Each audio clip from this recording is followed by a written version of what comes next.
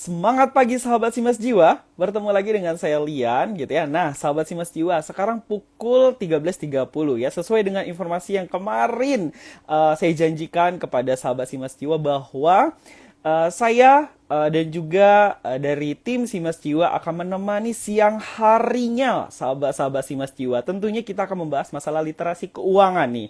Nah, untuk itu seperti biasa, saya tidak sendirian, saya akan didampingin oleh rekan saya yang sangat cantik, smart gitu ya. Tentunya sahabat Simas Jiwa sudah tidak asing ya dengan rekan saya satu ini gitu ya. Langsung saja kita invite karena rekan saya sudah bergabung, maka dari itu kita akan invite rekan saya untuk bergabung bersama kita membahas masalah topik kita siang hari ini. Oke, selamat siang Cindy. Halo, selamat siang. Halo. Berjumpa lagi. Berjumpa lagi seperti biasa ya. Bener, bener. Oke. Cindy Gimana gimana sudah makan kabarnya hari ini? siang? Sudah dong Aku, tentunya. aku, Cindy sendiri? aku sehat hari ini, alhamdulillah ya. Di Selasa yang Alhamdulillah. cerah menuju hari Kamis kita libur gitu ya, tanggal merah. Mhm. Yang Ya. pastinya kita masih semangat juga untuk hari ini ya, Lian ya. Tentunya, pastinya dong. Nah, untuk sahabat Simas Jiwa juga tentunya di siang hari ini lagi melanjutkan aktivitas seperti kita juga gitu ya. Tapi aktivitas kita memberikan edukasi kepada sahabat Simas Jiwa untuk siang hari ini. Nah, untuk itu Cindy, saya persilakan Cindy menyapa seluruh sahabat Simas Jiwa yang ada di luar sana. Silakan Cindy. Oke, terima kasih Lian. Halo, selamat siang semuanya. Ketemu lagi dengan saya Cindy dan rekan saya Lian. Nah, eh dari kemarin kita udah ngebahas gitu ya dan banyak banget insight-insight baru tentang yang namanya literasi keuangan. Nah, hari ini eh yang nggak kalah pentingnya gitu ya, kita juga akan membahas literasi keuangan lagi gitu ya. Tidak henti-hentinya kita mencoba untuk mengedukasi Bapak Ibu semuanya tentang pentingnya literasi keuangan. Nah, namun setiap harinya udah pasti ada wawasan baru ya yang bisa kita petik ya, lihatnya dari contoh-contoh Betul kehidupan sekali. sehari-hari atau millennials atau memang keluarga-keluarga yang memang masih butuh nih apa sih literasi keuangan dan bagaimana untuk menanganinya di era pandemi seperti itu. Nah, jadi Bapak Ibu saya harap akan stay tune di 1 jam ke depan gitu ya bersama saya dan Lian. Yang pastinya kita Betul. akan berbagi informasi yang menarik. Oke. Seperti itu, Lian. Oke, terima kasih Cindy. Mungkin sahabat Simas Jiwa ini yang mungkin tiap hari menyaksikan kita sini ya baik secara live atau misalkan di IGTV kita gitu ya. Tapi kok literasi keuangan terus yang dibahas tiap hari gitu ya. Kenapa? Kenapa nggak ada topik lain? Sebenarnya kenapa kita mengedukasikan literasi keuangan ini setiap hari? Karena seperti yang kita ketahui bahwa masyarakat Indonesia di luar sana masih banyak sekali yang tabu terhadap literasi keuangan sehingga masyarakat di Indonesia itu masih bingung nih memanage keuangannya, mengatur keuangannya, apalagi di kaum generasi milenial gitu ya sini. Maka dari itu kita tidak akan pernah berhenti memberikan edukasi yang sangat bermanfaat ini kepada masyarakat di luar sana. Karena apa? Karena kita pengennya itu seluruh masyarakat Indonesia itu bisa gitu ya, ataupun smart dalam mengatur keuangannya. Bukan buat saya, bukan buat Cindy, bukan buat Simas Jiwa, tetapi buat sahabat-sahabat Simas Jiwa di luar sana gitu ya. Nah, Cindy, berbicara Mm-mm. tentang topik kita pada siang hari ini yaitu literasi keuangan gitu ya. Kalau kemarin kita juga pasti tentunya sudah banyak topik gitu ya. Seperti yang Cindy informasikan tadi bahwa setiap harinya juga kita memilih banyak sekali pelajaran yang kita petik gitu ya. Baik dari kita langsung, dari teman-teman di lingkungan kita, dari keluarga kita, bahkan dari sahabat Simas Jiwa gitu ya. Karena tidak sedikit juga sahabat Simas Jiwa yang memberikan pertanyaan gitu ya terkait dengan keuangan ya gitu, baik itu secara komen ataupun lewat secara direct message gitu ya. Nah, kalau menurut Cindy sendiri nih gitu ya, kita balik lagi membahas topik kita yaitu literasi keuangan. Nah, mungkin masih banyak di luar sana orang yang apa sih sebenarnya literasi, apa sih sebenarnya keuangan, apa sih arti dari literasi keuangan. Nah, kalau menurut Cindy sendiri literasi itu seperti apa? Oke, bener banget gitu ya, karena saya pun sendiri saat belum mengenal literasi keuangan tuh bertanya-tanya gitu, lihat literasi. Kok kayaknya ada sering di buku-buku ya, atau literasi biasanya cenderung kita mempelajari sesuatu. Nah, Itu tidak salah, itu benar. Tapi yang tepatnya adalah sebenarnya literasi ini dari kata serapan ya, Lian. Dari kata Oke. serapan yang dimana itu dari bahasa Latin yang disebut literatus, yang berarti orang Oke. belajar. Kalau tadi saya sempat nyebut orang yang membaca gitu ya, literatur tulisan gitu ya, dan itu masih masih relate lah ya dengan Oke. artinya dari literatus ini sendiri.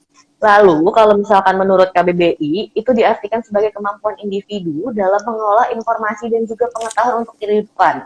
Artinya adalah, dengan kita mempelajari suatu literasi ya, baik literasi apapun itu aspeknya, kita tuh memiliki kemampuan untuk mengelola informasi yang mana itu untuk pengetahuan untuk kita sendiri gitu, which is dimana itu menambah wawasan kita tentunya ya.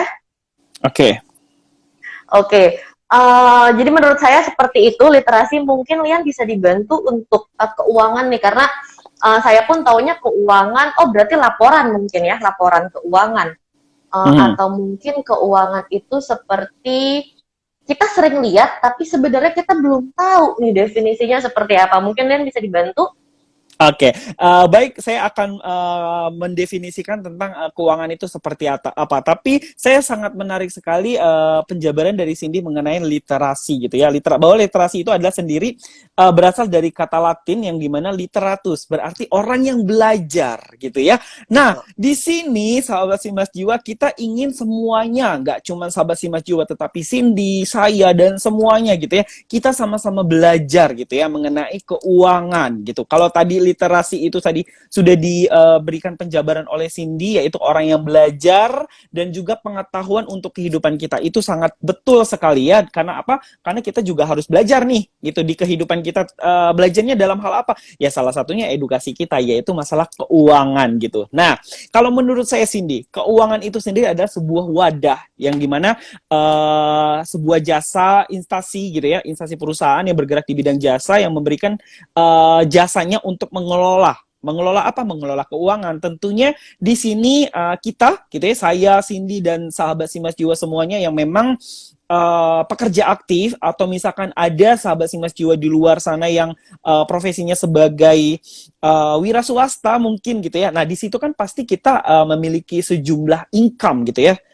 Kalau kita aktif bekerja pasti kita akan mendapatkan income setiap bulan gitu ya, berupa salary. Nah, salary itu pastinya juga dimasukkan oleh instansi jasa ini gitu, yaitu berupa perbankan, bergerak di bidang perbankan gitu ya. Nah, di situ tentunya perusahaan yang bergerak di bidang jasa ini sendiri mengelola nih gitu ya, mengelola keuangan kita. Kalau misalkan kita memang punya uang lebih ya bisa ditabung gitu ya, atau bahkan bisa kita deposito. Nah, nanti instansi apa namanya, perusahaan jasa ini yang akan mengelola dana kita gitu ya. Nah, tentunya kalau misalkan kita simpulkan gitu ya, sini kalau menurut saya definisi literasi keuangan itu adalah di mana kita harus sama-sama belajar untuk memanage keuangan kita gitu ya, untuk pengetahuan kita di dalam kehidupan kita tentunya. Itu sih kalau menurut saya definisi arti dari keuangan dan juga literasi keuangan. Nah, kalau dari Cindy sendiri nih,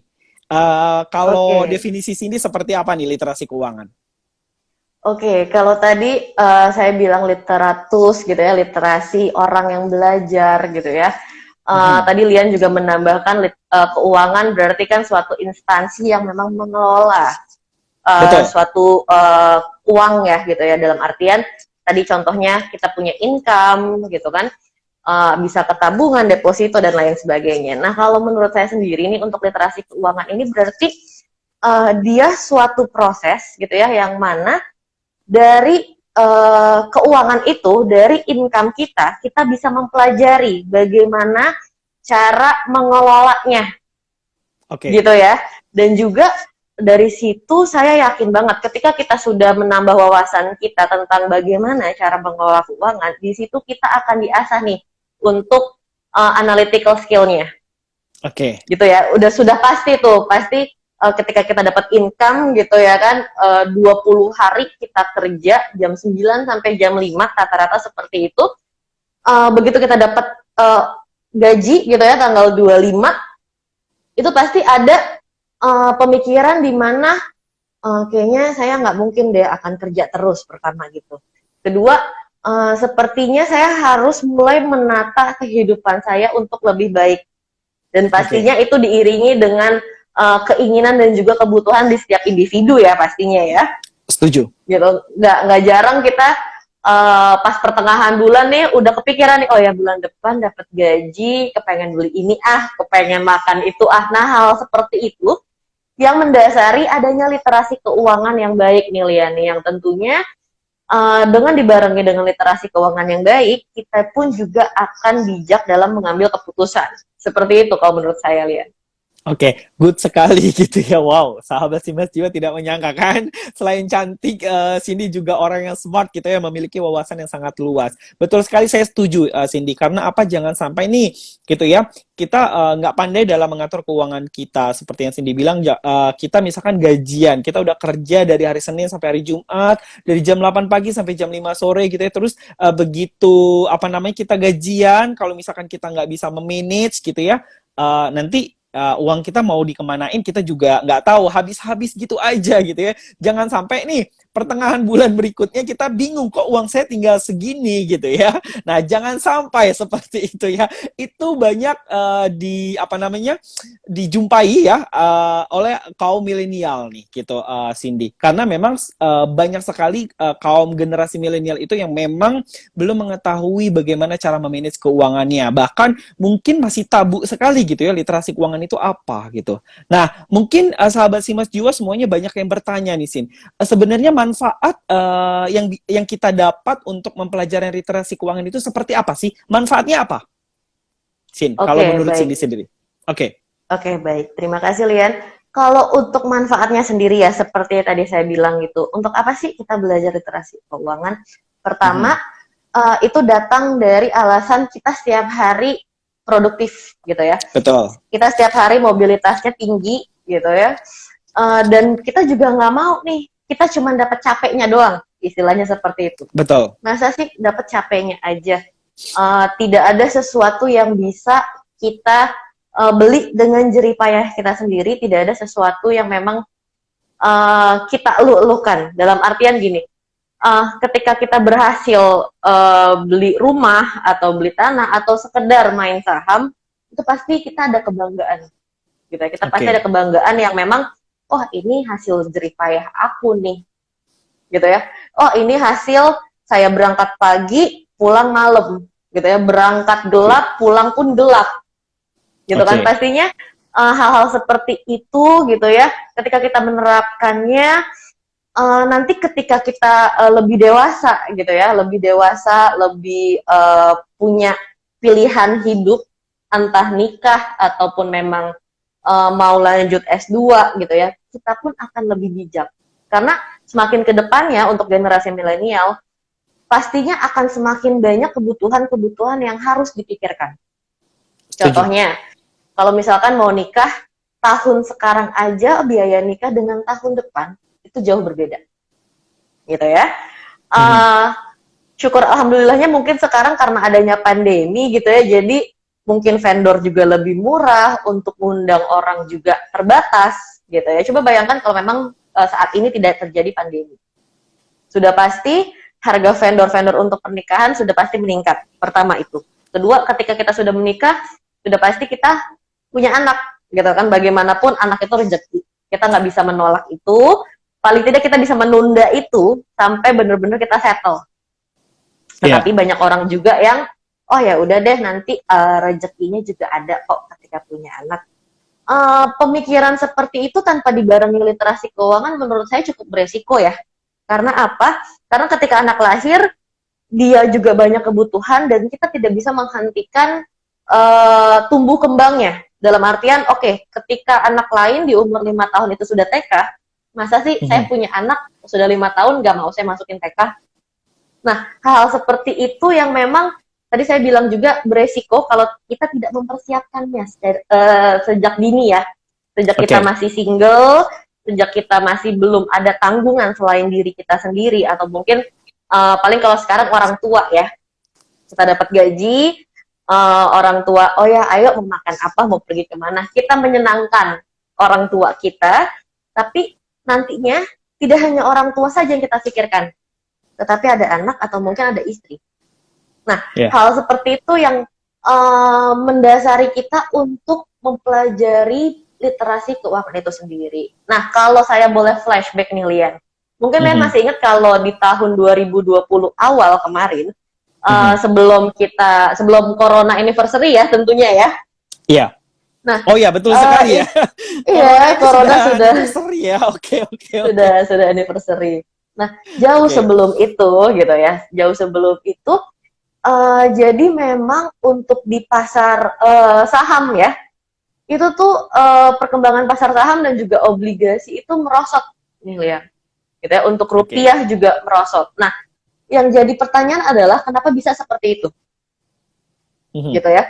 Padahal pandemi itu tidak hanya terjadi di Indonesia, itu seluruh dunia, itu global. Tapi kenapa sih rupiah bisa merosot? Gitu ya, apa-apa yang mengakibatkan rupiah merosot gitu kan. Padahal saat itu ketika diumumkan kita terjadi panic buying yang dimana orang-orang akan konsumtif gitu kan. Tapi kenapa di pasar modal itu justru anjlok? Nah, jadi dari menurut riset yang saya baca gitu ya Lian, pada saat awal 2020 itu ternyata banyak investor asing yang keluar dari pasar modal gitu ya. Nah, kalau misalkan kita gabungan nih antara pasar modal dan juga obligasi saat itu, dananya yang keluar itu sekitar 150 triliun. Bukan angka yang kecil, itu angka yang cukup fantastis, angka yang mendongkrak di pasar modal sehingga ketika 150 triliun ini keluar, that's why rupiah anjlok, gitu ya. Rupiah terjun bebas saat itu. Nah, kalau misalkan nih kita bisa membayangkan gitu ya, bagaimana sih kalau misalkan banyaknya investor dalam negeri aja nih yang memang mendominasi di pasar modal. Karena hingga saat ini gitu ya, banyak investor asing yang justru mendominasi di Indonesia. Padahal sebenarnya dari tingkat UMKM di Indonesia pun cukup banyak gitu ya. Dan juga seharusnya kalau menurut saya itu pun hal yang patut untuk difikirkan, karena kalau nantinya terjadi apa-apa lagi gitu ya, kita nggak mau ada pandemi ini seperti ini lagi gitu, tapi ya we'll see ke depannya seperti apa. Dari itu kita pun juga harus mempelajari apa yang dari awal 2020 ini terjadi di pasar modal gitu ya. Saya harap juga di 2021 ini, pertama corona udah pasti pulang ya ke negaranya, negara apapun itu yang penting hilang. Yang kedua adalah semakin banyaknya, semakin termotivasinya UMKM atau memang investor-investor lokal yang mendominasi di pasar modal. Kenapa? Karena ini negara kita sendiri gitu ya. Hal seperti itu hal yang bisa kita kontrol. Gitu ya.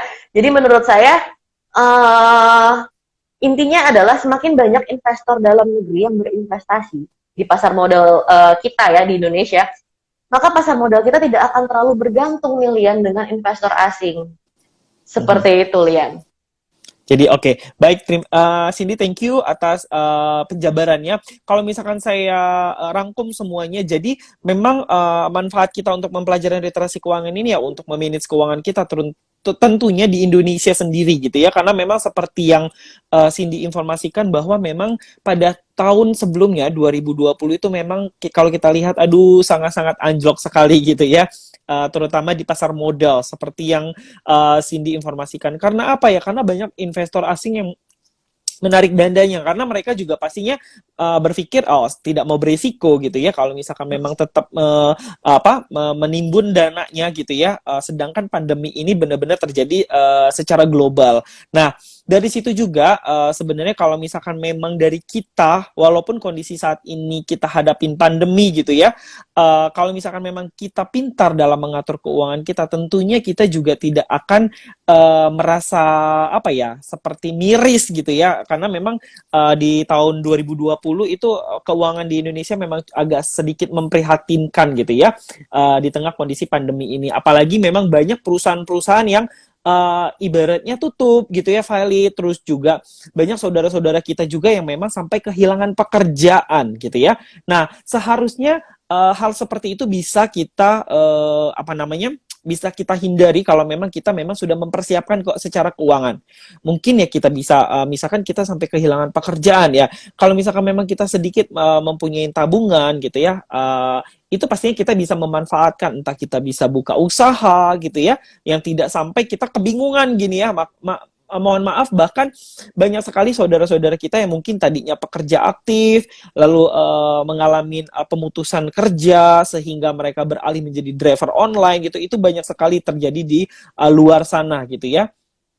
Lalu juga kalau kita misalkan lihat 2020 itu banyak juga yang memang masih aktif bekerja tapi haknya sebagai karyawan itu tidak diberikan secara full gitu ya oleh perusahaan ya, karena ya perusahaan juga dalam kondisi pandemi ini untuk mendapatkan keuntungan itu mungkin agak sedikit apa ya, agak sedikit susah juga gitu ya, karena memang situasi pandemi ini benar-benar bisa membuat perekonomian itu benar-benar memprihatinkan kondisinya seperti itu ya. Nah, itu manfaat kita. Jadi kalau misalkan kita belajar literasi keuangan gitu ya, dengan kondisi apapun pastinya kita akan sudah siap untuk menghadapi kondisi apapun. Itu salah satu manfaat dari kita belajar literasi keuangan. Nah, lalu Cindy, di sini untuk literasi keuangan sendiri yang ada di Indonesia seperti apa nih? Oke, baik. Untuk bagaimana literasi keuangannya? Ini menarik gitu ya. Kenapa saya bilang menarik? Karena dari data yang saya himpun di sini dari OJK itu ternyata dari tahun 2016 di indeks literasi keuangan Indonesia itu memiliki persentase 29,7%. Oke. Saat 2016 gitu ya. Nah, saat 2019 gitu ya, ketika ditarik datanya lagi, itu mencapai persentase sebesar 38,3%. Artinya adalah dalam 3 tahun itu terdapat peningkatan sebesar 8,33% nih, Lian. Oke. Gitu ya. Kita bisa berbangga, tapi kita juga bisa prihatin. Karena kenapa saya bilang prihatin? Karena ketika peningkatannya sebesar 8,3% dalam 3 tahun, gitu ya. Tetapi sebetulnya di tahun 2020 itu mencapai 270 juta jiwa di Indonesia. Oke. Gitu ya. Artinya adalah ketika peningkatannya ini 8% lebih, itu tidak cukup signifikan atau tidak cukup mendongkrak stigma yang mengatakan bahwa oh ya orang Indonesia masih belum paham tuh literasi keuangan, orang Indonesia belum mempersiapkan ketika nanti terjadi suatu resiko ke depannya. Gitu ya. Nah, selain data dari OJK itu saya juga menghimpun dari survei HSBC gitu ya yang bertajuk Future of Retirement. Ini di tahun 2019. Jadi kurang lebih Lian ada 1050 responden nih yang dijadikan survei gitu ya. Nah, ternyata dari 68 responden ini ingin pensiun dengan tenang, tetapi hanya 30% yang mulai menabung untuk mempersiapkan masa pensiun. Artinya adalah atau kita bisa mempertanyakan ya, bagaimana dengan 38% lainnya? Gitu kan? Seperti yang kita tahu juga gitu ya, ketika kita ingin sesuatu tapi kita tidak tahu cara menggapainya seperti apa, atau kita tidak tahu bagaimana how to-nya gitu ya, caranya, bagaimana cara menggapainya. Oke, Cindy. Oke, mungkin jaringan koneksi internet Cindy sedang tidak stabil, sahabat Simas Jiwa. Ya, itu yang sudah diinformasikan. Oke, Cindy. Cindy. Oke, sahabat Simas Jiwa, mungkin koneksi internet Cindy mungkin tidak sedikit stabil gitu ya.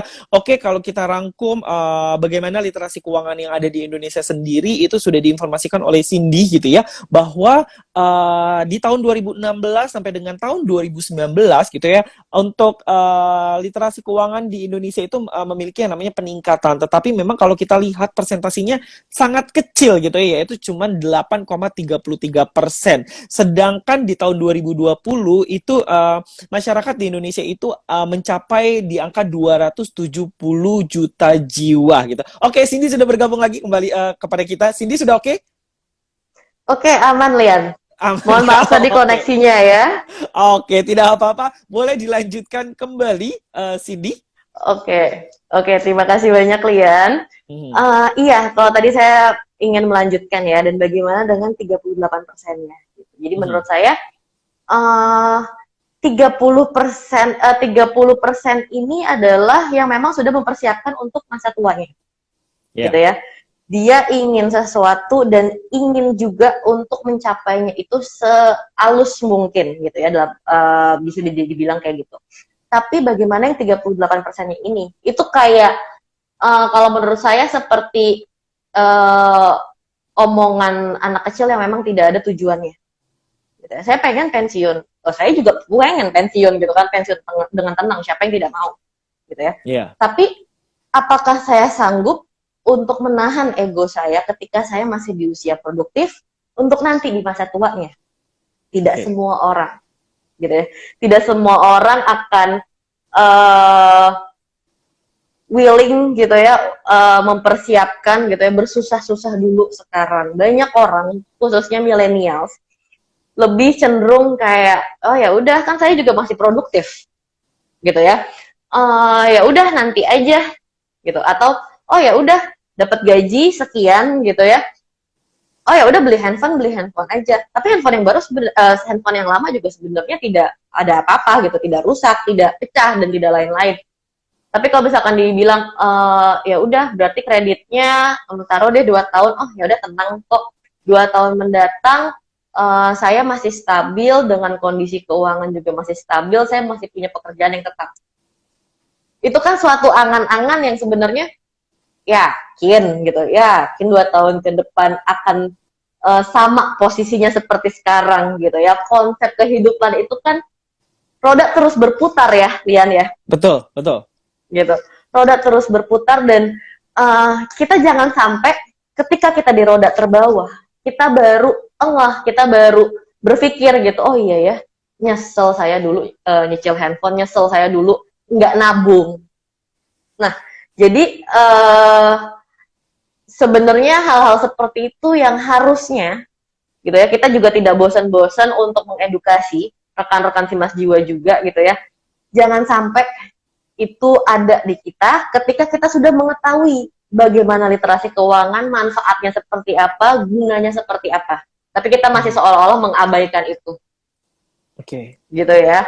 Dan satu lagi nih Lian, kalau tadi Mhm. saya sempat singgung kata konsumtif, Mhm. gitu ya. Secara millennials tidak berpikir untuk bagaimana ke depannya, gitu ya. Lebih ya udah maunya ini sekarang ya sudah uh, beli deh, ya udah deh jalan deh.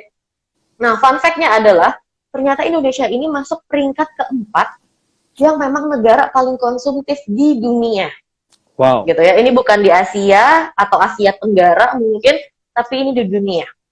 Gitu ya. Mhm. Yang mana artinya adalah sebetulnya untuk tingkat konsumtif warga Indonesia gitu ya sebenarnya baik untuk perekonomian suatu negara gitu Oke. ya. Saya tidak berbicara di Indonesia aja atau mungkin yang peringkat nomor satunya.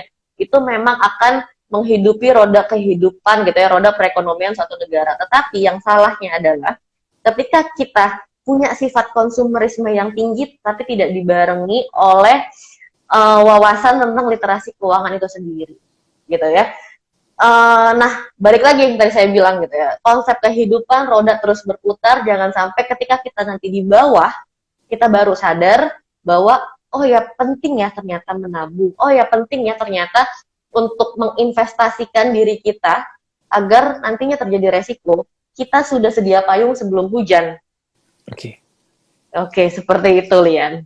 Oke, oke. Jadi intinya kita untuk perekonomian di Indonesia ini memang apa ya sedikit lebih memprihatinkan.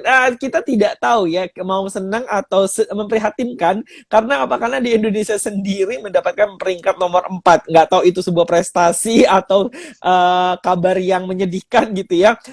Peringkat nomor 4 di dunia gitu ya, yang dimana masyarakatnya itu masih banyak yang konsumtif gitu ya. Karena memang saya rasa Cindy mungkin penyumbang terbesar gitu ya di Indonesia sendiri, bahwa masyarakatnya yang masih banyak konsumtif itu mungkin generasi milenial gitu ya, penyumbang terbesar mungkin gitu ya. Lalu selanjutnya juga di sini kalau kita lihat juga, kalau misalkan tadi Cindy sudah menginformasikan, sebenarnya konsumtif itu juga membantu perekonomian di Indonesia gitu ya. Tetapi kita juga tidak semata-mata kita melarang sahabat Simas Jiwa nggak boleh beli ini, nggak boleh beli itu, nggak boleh nyicil ini. Sebenarnya kita juga tidak melarang itu semua, tetapi ada alangkah baiknya kalau memang kita ada sesuatu kebutuhan yang memang menurut kita ya sudahlah, karena kan saya kerja ya pengen ngebahagiain diri sendiri, betul gitu ya. Mungkin kita mengikutin gaya tren, fashion gitu ya, gadget atau apapun gitu. Tapi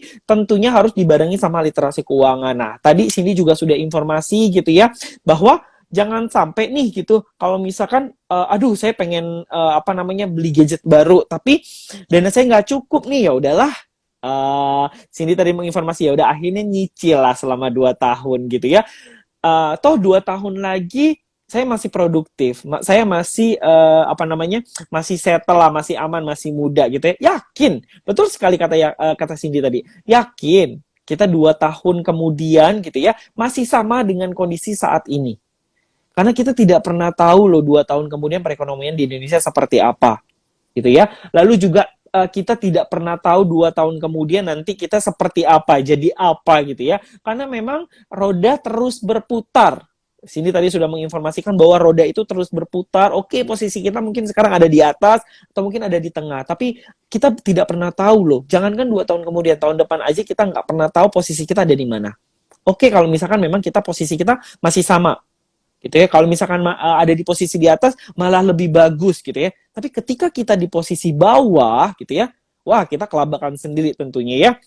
Nah, jangan sampai hal itu terjadi kepada sahabat Simas Jiwa. Karena apa? Kalau saya berpikir gini, aduh, saya pengen beli handphone katakanlah. Karena kan gadget itu kan setiap bulan itu pasti harganya akan turun ya. Tidak pasti naik gitu. Nah, ketika kita nyicil gitu ya, oke, kita nyicil selama 2 tahun, katakanlah sebulannya 500.000. Kita nyicil selama 2 tahun, katakanlah. Berarti harga gadget itu mungkin sekitar 10 juta gitu ya. Cicilannya 500.000, terus selama 2 tahun berarti 24 bulan mungkin sekitar 12 juta. Nah, harga handphone itu 2 tahun kemudian yakin deh gitu ya. Kita semua tahu gitu ya. Ketika kita sekarang beli handphone 10 juta gitu ya, tahun depan harganya astaga kalau misalkan kita jual gitu ya, sangat sakit hati gitu ya. Makanya saya kalau misalkan beli handphone gitu ya, saya lebih baik handphone lama tidak saya jual. Karena apa? Karena kayak ngerasa sakit hati sendiri gitu loh. Kita beli waktu itu sampai nyicil gitu ya. Waktu itu saya juga pernah Cindy waktu masih zaman-zamannya masih konsumtif gitu ya, ada promo. Kebetulan saya waktu itu beli handphone iOS gitu ya, tahun 2000, maybe tahun 2014 gitu ya, handphone iOS. Saya menggunakan kartu kredit nih gitu ya, dan kebetulan ada promo cicilan 0%. Saya ambillah 12 bulan plus dapat cashback gitu ya, 1 juta. Jadi waktu itu harga total handphonenya itu 12.900.000. Saya ngambil yang gold gitu karena waktu itu rose gold. Karena waktu itu lagi booming-boomingnya yang gold dan juga rose gold gitu ya. Harganya memang lebih tinggi. Saya ambillah itu gitu. Nah, saya cicilan 0% selama 12 bulan gitu ya. Ketika bulan depan, ketika tahun depan harganya sudah turun, sedangkan cicilan saya tetap sama segitu gitu ya.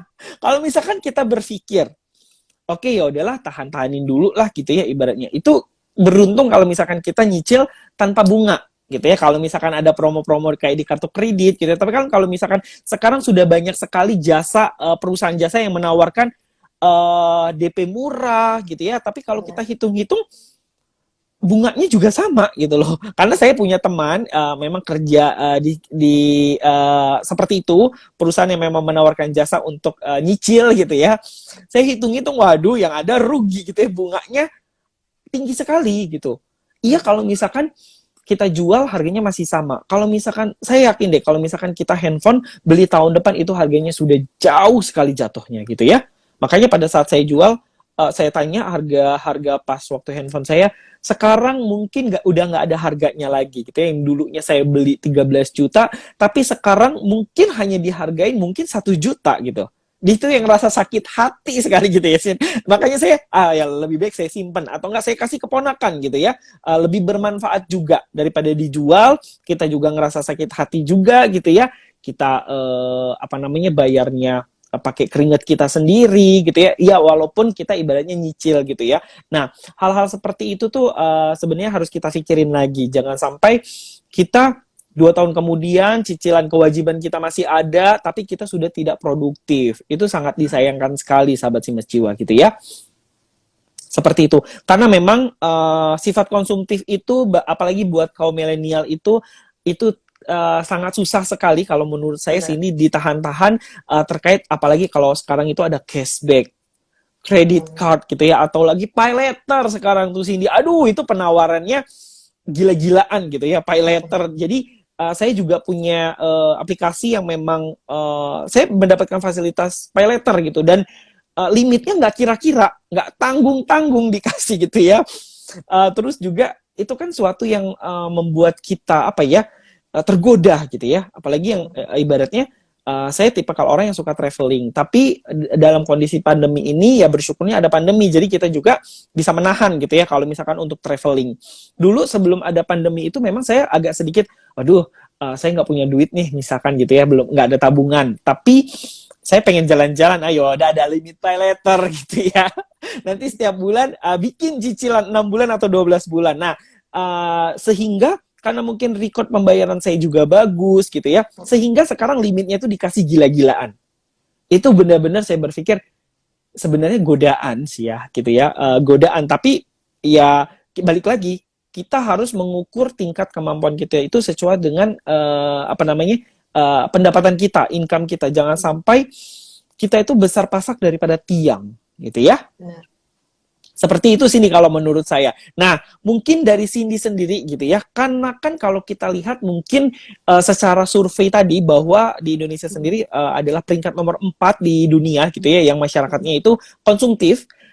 Mungkin untuk generasi millennials itu mulai dari range usia berapa, dan mungkin kalau menurut Cindy sendiri penyumbang terbesar nih masyarakat yang konsumtif itu dari generasi apa? Mungkin dari generasi millennials, atau mungkin dari generasi yang memang sudah memiliki keluarga atau usianya yang sudah lanjut gitu. Nah, menurut Cindy sendiri seperti apa?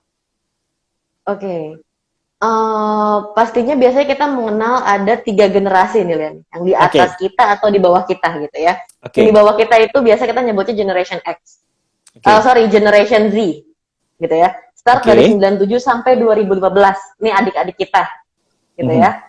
Kalau Generation X itu di atas kita, itu dari 1965 sampai 1979. Ya, sedangkan kita nih, milenial, tengah-tengah, 1980 sampai 1996. Kalau misalkan ditanya, kontribusi terbanyak itu dari generasi apa, gitu ya, tentunya saya bisa bilang dari generasi milenial dan juga Generation X. Yang membedakannya adalah sama-sama konsumtif gitu ya. Tetapi Generation X ini sudah lebih unggul untuk pengetahuan gitu ya, sudah memiliki asam garam kehidupannya, sudah lebih memilih untuk ya sudah deh dilarikan ke aset. Ketika punya uang dilarikan di aset, yang mana nantinya itu akan menjadi passive income. Contohnya, punya tanah gitu ya, punya tanah dibangun bikin kos-kosan.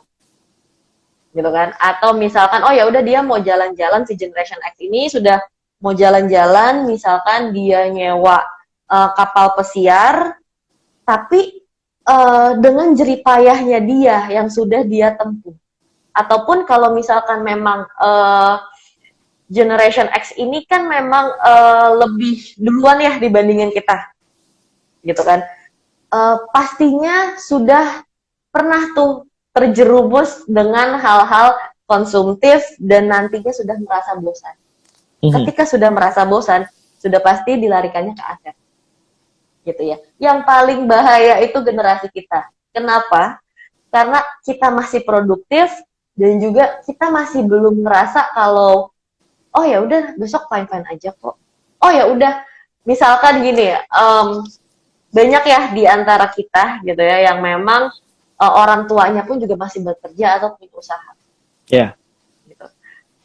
Yang mana setiap bulan dia tidak perlu tuh ngasih ke orang tua. Bahkan ke kantor pun yang memang jaraknya dekat pakai mobil.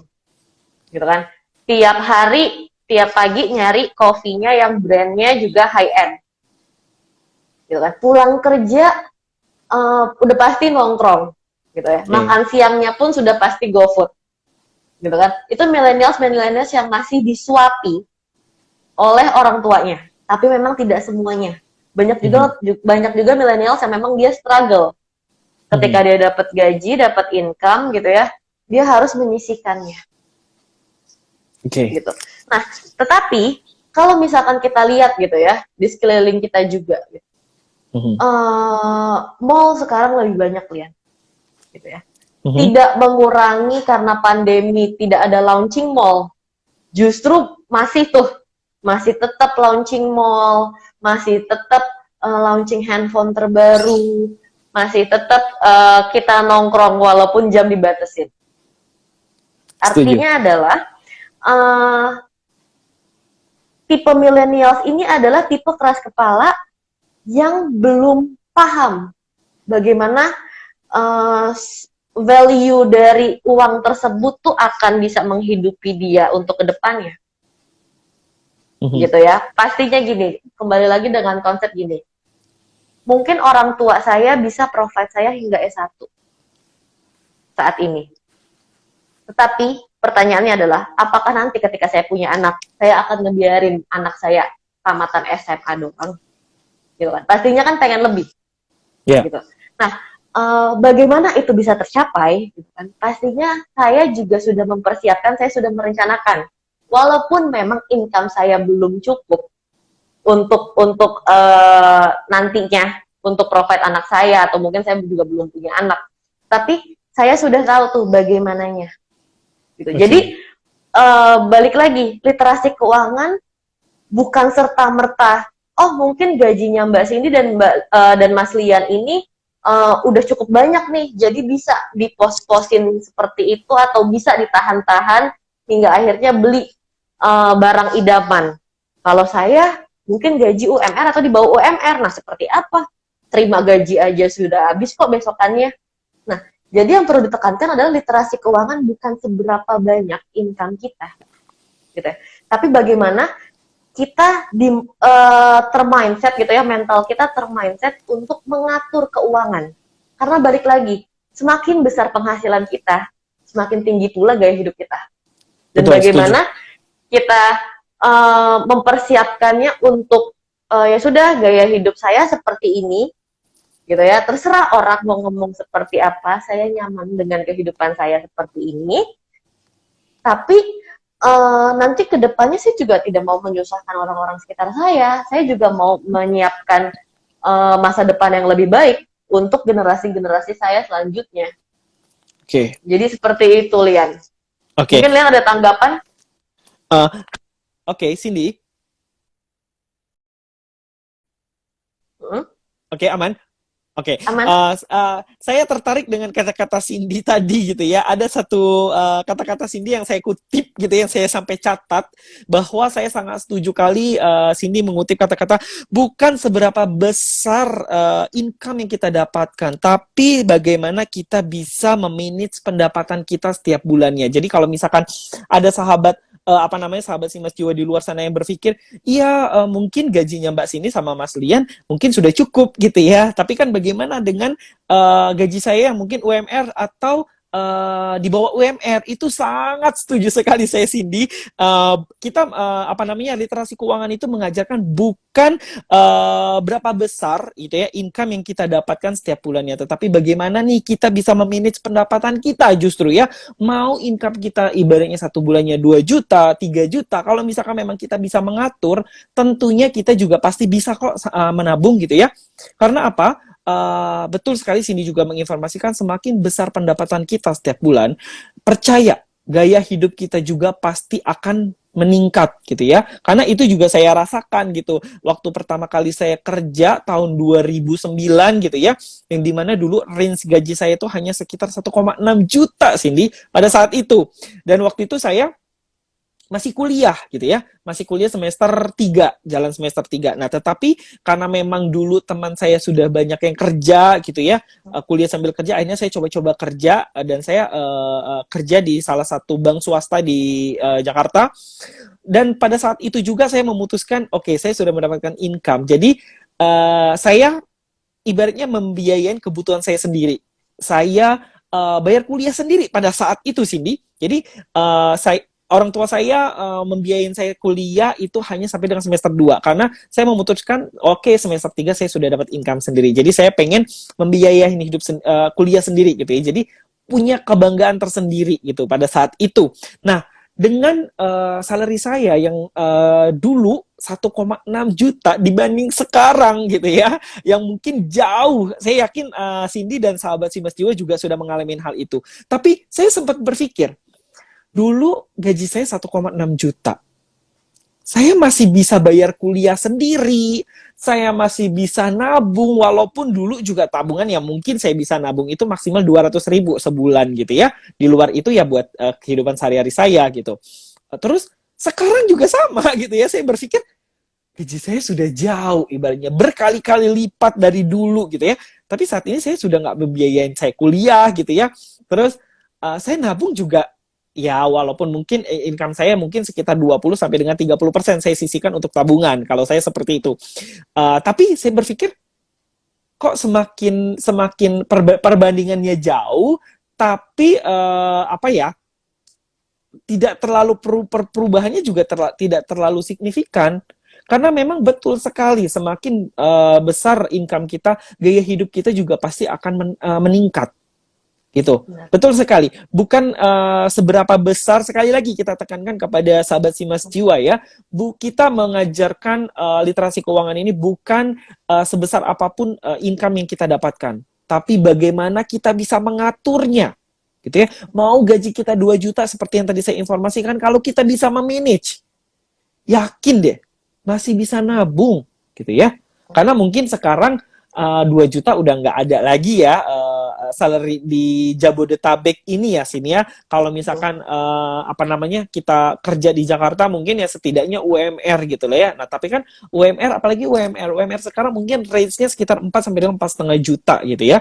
Nah itu kita juga masih bisa sebenarnya kalau memang kita tahu nih manfaat literasi keuangan itu apa, terus juga apa namanya pentingnya kita belajar itu untuk apa? Bukan buat saya, bukan buat Cindy, bukan buat si Mas Jiwa, tapi balik lagi itu untuk sahabat si Mas Jiwa semuanya, gitu ya. Benar. Seperti itu.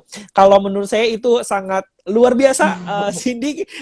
Saya mendapatkan kutipan satu dari informasi yang Cindy jelaskan tadi ya. Nah, kalau tadi kita berbicara masalah generasi, Cindy tadi menginformasikan generasi milenial dan juga generasi X gitu ya, penyumbang terbesar untuk konsumtif. Cuman memang dari segi pemikiran berbeda gitu ya. Mungkin generasi X juga memiliki konsumtif, tapi mereka itu ya seperti yang Cindy bilang, sudah banyak lah makan asam garam gitu ya, sudah banyak pelajaran yang mereka dapatkan karena lebih dulu dari kita sehingga mereka konsumtifnya itu untuk hal-hal yang memang memiliki value atau nilai plusnya gitu ya.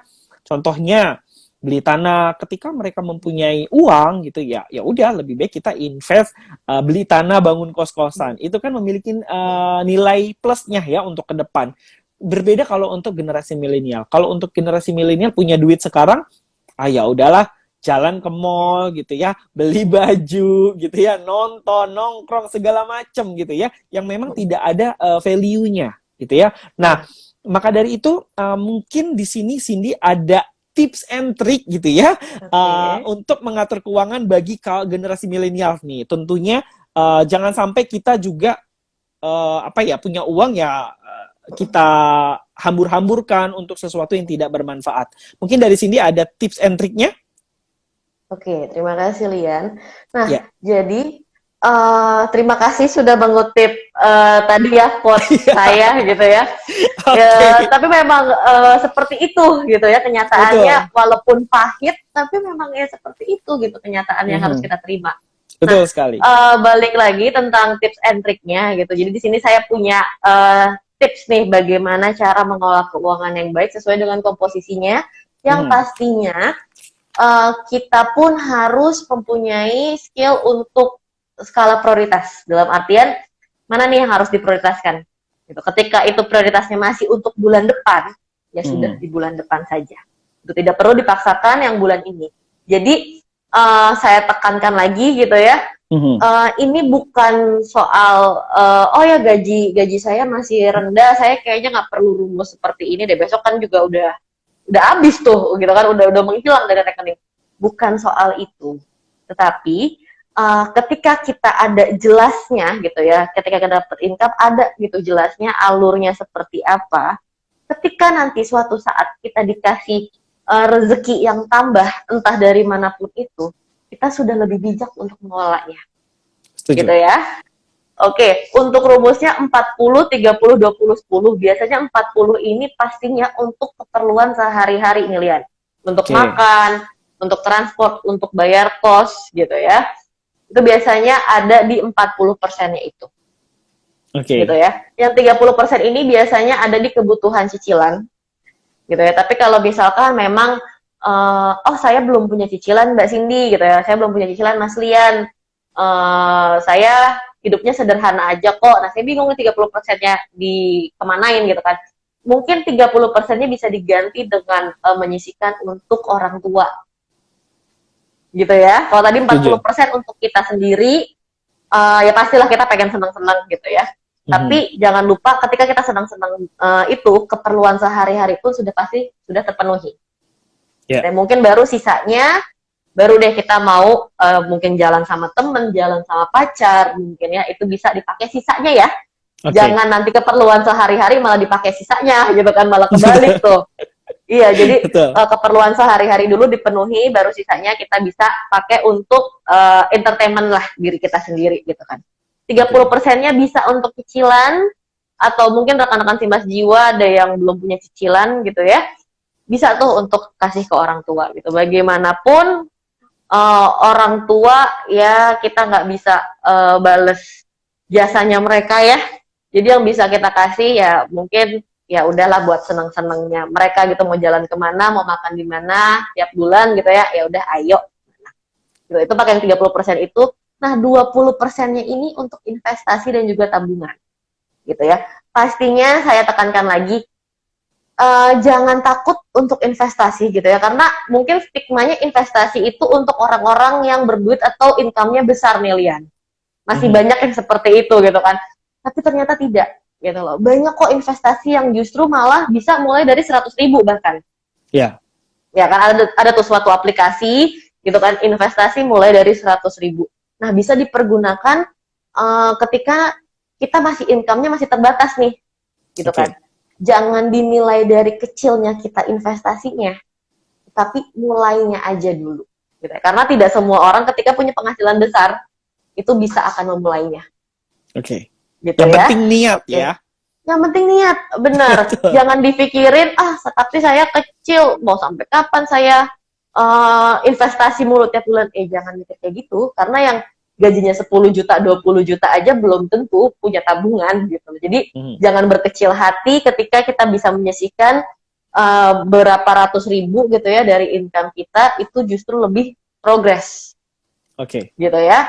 Yang Oke. selanjutnya di sini ada 10% untuk keperluan sosial. Nah, untuk keperluan sosial ini mungkin bisa untuk kita beramal gitu ya, kita bisa berbagi dengan yatim piatu gitu ya, teman-teman kita juga yang memang kurang beruntung, kita bisa berbagi kebahagiaan dengan mereka. Seperti itu Lian tips and triknya dari saya. Wow, sangat ini ya. Rumusnya ini sangat bermanfaat sekali, 40 30 20 dan 10. Sekali lagi saya ulangin, 40% di sini untuk anggaran pribadi sehari-hari kita gitu ya tentunya. 30% seperti yang Cindy bilang ya mungkin untuk biaya kalau misalkan kita punya cicilan. Tapi kalau misalkan kita punya cicilan idealnya memang tidak melebihi dari batas 30% berarti ya Cindy ya. maksimal 30% untuk memang keuangan kita yang stabil ya, yang karena memang ada rumusnya lagi 20% itu untuk kita tabungan dan juga 10% untuk keperluan sosial. Betul sekali, kalau misalkan memang kita sekiranya belum punya cicilan gitu ya, ya tidak ada salahnya juga kita memberikan atau menyenangkan orang tua kita, karena memang sampai kapanpun kita tidak akan bisa membalas jasa orang tua kita gitu ya. Mau sampai kapan, mau sebesar apapun kita kasih gitu ya mereka uang setiap bulannya, tentu tidak akan membalas apa yang sudah mereka berikan sampai dengan kita saat ini gitu. Nah, itu sangat baik sekali. Lalu 10%-nya untuk keperluan sosial. Nah, di sini lagi-lagi sahabat Simas Jiwa. Karena selain income yang kita dapat gitu ya, itu adalah terdapat hak-hak dari saudara kita yang memang kurang beruntung gitu ya. Nah, jadi tidak ada salahnya juga kita berbuat sosial kepada sesama gitu tentunya gitu ya, karena tidak akan mengurangi apa yang sudah kita dapatkan. Tidak akan membuat harta benda kita menjadi habis apabila kita berbuat kebaikan kepada sesama saudara kita yang kurang beruntung. Jadi kalau saya kutip di sini Cindy, karena kita sudah tidak terasa sudah 1 jam nih Cindy gitu ya berbincang-bincang, nggak pernah berasa gitu kalau ngobrol sama Cindy, nggak tahu tiba-tiba kayak baru 10 menit aja pas lihat jam, oh udah mau 1 jam gitu ya. Karena saya juga merasanya seperti itu, Lian. iya, karena perasaan masih pengen ngobrol lagi nih sama Cindy gitu ya. Tapi kan sahabat Simas Jiwa, Cindy juga punya aktivitas lain gitu ya, dimana Cindy meluangkan waktu 1 jam untuk kita gitu ya, berbagi tentang literasi keuangan. Nah, tentunya sahabat Simas Jiwa, edukasi ini sangat bermanfaat buat kalian semuanya. Apabila kalian merasa ini edukasi yang baik, boleh di-share ke teman-temannya gitu ya, supaya teman-temannya juga mengetahui bagaimana sih pentingnya literasi keuangan, terus apa sih literasi keuangan itu, manfaatnya apa, pentingnya apa. Nah, boleh gitu ya diajak bergabung. Apabila teman-teman semuanya memiliki pertanyaan, jangan sungkan gitu ya, langsung komen, nanti akan kita jawab langsung. Terus kalau misalkan bagi teman-teman yang belum menyaksikan ini gitu ya, tidak usah khawatir, karena kita sampai dengan tanggal 19 itu akan menemani siang hari sahabat Simas Jiwa semuanya, mulai dari jam 13.30 sampai dengan 17.30. Tentunya di jam pertama kita akan ditemani oleh Cindy gitu ya. Wah, Cindy ini tipe-tipe cewek yang apa ya? Jadi rebutan mungkin ya buat sahabat Simas Jiwa gitu ya. Selain cantik, dia juga smart. Kalau saya kutip Cindy terakhir, boleh, silakan. dengan gaya hidup yang kita dinamis gitu ya, apalagi secara global, era global kita juga semakin maju gitu ya, perkembangan di Indonesia ini semakin pesat pertumbuhannya gitu ya, dengan minimnya pengetahuan kita tentang bagaimana cara mengelola keuangan gitu ya, membuat kita sebagai generasi millennials khususnya gitu ya, merasa sulit untuk mengatur keuangan secara skala prioritas seperti yang Cindy informasikan tadi gitu ya. Nah, di sini dengan ada edukasi gitu ya, saya dan Cindy mengajak gitu ya untuk sahabat Simas Jiwa semuanya, khususnya generasi milenials yang dimana cerdas akan mengatur keuangannya, yaitu melalui literasi keuangan ini itu ya. Untuk itu saja Cindy dari saya terakhir gitu ya. Saya terima kasih kepada Cindy sudah menemani saya 1 jam kesempatannya. Sama-sama. Mungkin besok kita akan ketemu lagi 2 jam ya, besok ya. 2 jam, betul sekali. Benar. Agak panjang ya Cindy ya. Wow. Nah, tentunya besok sahabat Simas Jiwa kita akan bertemu lagi dengan Cindy. Nah, untuk kali ini kita akan break sejenak 10 menit gitu ya. Dan Cindy juga akan siap-siap melanjutkan aktivitasnya kembali. Tapi besok Cindy akan menemani kita agak lebih panjang, yaitu 2 jam. Cindy, sekali lagi saya terima kasih. Terima kasih Lian, terima kasih rekan-rekan Simas Jiwa. Sama-sama, selamat sampai ketemu besok. Kembali. Oke, dadah Cindy. Terima kasih, dadah.